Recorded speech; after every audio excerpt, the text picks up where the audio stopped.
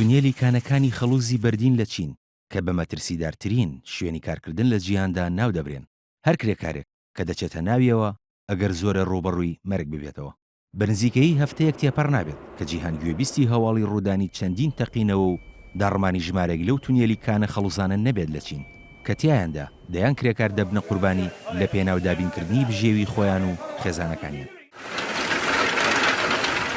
لە سەدا هەشتای قوربانیانی کانەکانی خەڵوزی بەردین لە جیهاندا کرێکاری چین و لە ساڵانی نێوان 2000 و 2006دا لە نێوان 2500 بۆ 4000 ڕوودا و لە کانەکانی خەڵوزی بەردین لە چین ڕوویاندا و بەهۆیانەوە ساڵانە لە نێوان 4500 بۆ 7000 کرێکار گیانیان لەدەستدا بوو. بەڵام لە ساڵی 2012ەوە دەسەڵاتدارانی پەکین ڕێوشوێنی زیاتریان گرتووەتە بەر و ژماری قوربانیەکانیش کەمی کردووە بە شێوەیە کە لە ساڵی ڕابردوودا تەنها 266 کرێکار لە چەند ڕووداوێکی جیاجیادا گیانیان لەدەستدا بوو. چین گەورە وڵاتێکی ئابووریە لە جیهاندا و پێویستی بە وزە هەیە بۆ پێشخستنی ئابووریەکەی، هەر بۆیە گەڕان بە دوای هەرزانترین وزەدا باشترین ڕێگە چارەیە کە ئەویش خەڵوزی بەردینە. ساڵانێش بۆ بەرهێنانی وزەی کارەبا پێویستی بە زیاتر لە 600 میلیۆن تەن خەڵوزی بەردین هەیە. بەڵام لە ئێستادا دەسەڵاتدارانی چین لە هەوڵی ئەوەدان ئاستی بەرهێنانی وزەی کارەبا لە ڕێگەی وێزگە ئەتۆمیەکانەوە لە ڕێژەی لە سەدا 2 بۆ لە سەدا 4 بەرز بکەنەوە.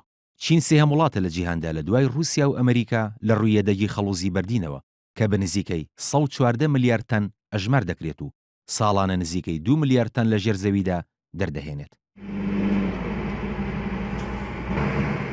زیاتر لە 6,000 کانی خەڵوزی بەردین لە چیندا هەن و ساڵانە نزیکەی لە سەدا 7 کۆی پێداویستەکانی وزە لە وڵاتەدا دەستەبەر دەکات. بەڵام لە بەرامبەر دەرهێنانی هەر ملیۆنێک تەن لە خەڵوز لانی کەم 3 کەس دەبنە قوربانی، ئەوە جگە لەوەی کە ساڵانە نزیکەی 5,000 کرێکار دووچاری نەخۆشی کۆ ئەندامی هەناسە دەبن.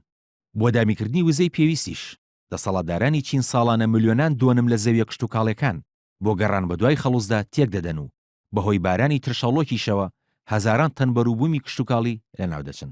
هەر بۆیە بەدەستهێنانی خەڵوزی بەردین لە چین هێندە ئاسان نییە. خەڵوزی بەردین بە درێژایی مێژوو وەک سەرچاوەیەک بۆ بەدەستهێنانی وزەی گەرمی کەڵکی لێوەرگیراوە. لە سەرەتای داهێنانی ئامێری هەڵمینیشدا بۆ کارپێکردنی شەمەندەفەر بەکارهێنراوە. هەتا کۆتایی سەدەی 19هەمیش خەڵوزی بەردین یەکەم سەرچاوی بەدەستهێنانی وزە بووە لە جیهاندا. دەوڵاتیش خاوەنی نزیکەی لە سەدانەوەی کۆی بەرهەمی خەڵوزن لە جیهاندا کە دیارترینیان چین و ئەمریکا و هیندستان و ئوسترالیا و باشووری ئەفریقا و رووسایە.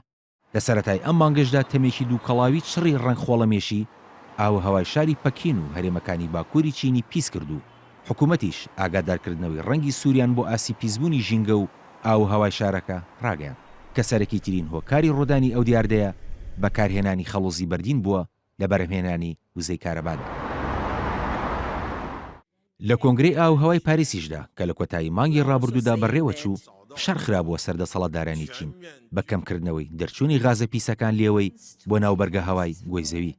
لە ئێستاشدا هەزاران کانی تری خەڵوز لە چیندا هەن کە بێمۆڵەت و نایەساین و بۆ دەرهێنانی خەڵوز پشت بە ئامێری سەرەتایی و کۆن دەبەستن و سەلامەتی یانی کرێکارەکان تیایاندا ڕەچاو ناکرێن.